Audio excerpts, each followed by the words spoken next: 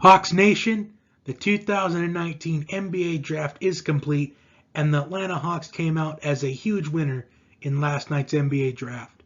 You can even argue and say they ended up as the biggest winner in last night's draft. So let me set the stage. The Atlanta Hawks were set up to dominate the NBA draft last night, having 3 first-round picks, picks 8, 10, and 17. But about the last day and a half before the draft, the Hawks were seeming to deal away some draft picks. They dealt the second round pick to Miami, they dealt the second round pick to Golden State, and right before the draft, the Hawks made a trade with the New Orleans Pelicans to move up to number 4, which this was a move that I kind of saw coming, but I didn't want to happen. But I'm still very optimistic. Well, I was still very optimistic going into the draft, because I looked at it as a glass half full, glass half empty. It's empty because of the trade in itself. The trade was they gave up picks 8, 17, and 35. But then in exchange, the Hawks got pick 4, Solomon Hill, and the 57th pick, which I thought this is a decent trade, but it was a trade that I was surprised happened so late in the process. Because as soon as the NBA draft lottery happened, I anticipated that the Hawks were going to make a move to try to trade up. Because as soon as I saw that the Hawks had picks 8 and 10, I thought that there was no way they were going to want to draft 2 players that close together. And it kind of pieced a lot of the puzzle together when the Hawks made a trade with the Brooklyn Nets and they picked up the 17th pick. So then the door was wide open to make a trade into the top 5 while still keeping one of the 3 first-round picks. So the deal with the Pelicans, they traded picks 8, 17, 35 to move up into number 4. And I was still optimistic about it going into the draft. So with that 4th pick, the Atlanta Hawks ended up with DeAndre Hunter out of Virginia.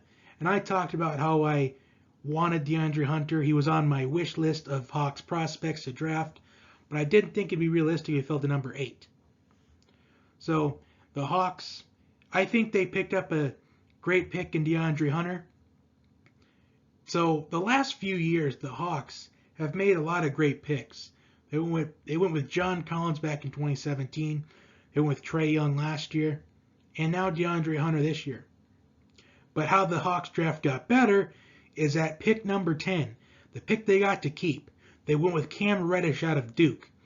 And that is a huge steal for the Hawks because Cam Reddish is a top 5 talent in this NBA draft. And I think Cam Reddish is, the best prospect out there that wasn't a part of that top 3 of Williamson, Morant, and RJ Barrett. And Cam Reddish was number 1 on that wish list, and the fact they got him at 10, I think that was a huge steal for the Hawks because the Hawks already had a good draft. And then in the second round, the Hawks, they made a trade to get Bruno Fernando out of Maryland. And I like Bruno Fernando because Bruno Fernando was talked about as the best center in this draft class. Hopefully Bruno Fernando is going to be the Hawks' long-term center. So what I talked about the night before the draft is the Hawks need to use their picks to get great quality. And I think the Hawks did that because they got great shooters in Cam Reddish and DeAndre Hunter. I talked about DeAndre Hunter having that clutch gene already, especially in that national championship game when he had 27 points. And those 27 points included the game-tying 3 to send the game into overtime. So he has that clutch gene already. And Cam Reddish, he is overshadowed a bit because he was on Duke with Zion Williamson and RJ Barrett.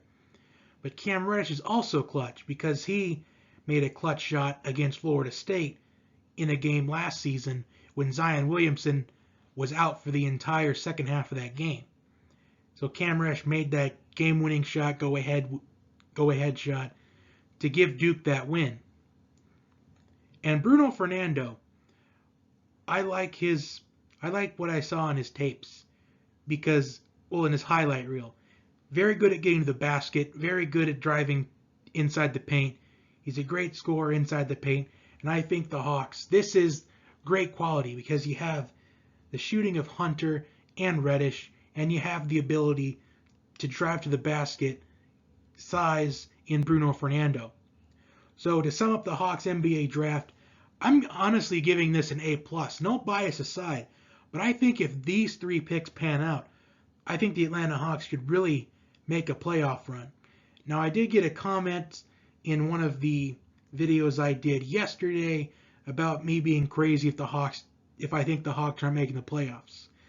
Well, I think with these three picks, they have the potential, but I still think they might be one more year away. I think after next season, the Hawks, I think, will definitely be in the playoffs because with these picks the Hawks were trading, they saved up enough cap space to sign 2 max free agents next offseason. So the Atlanta Hawks, they are a team on the rise. They are definitely going to be coming when a lot of NBA fans don't expect it. So to sum up this NBA draft, the Hawks, they get an A+. Great quality with your quantity.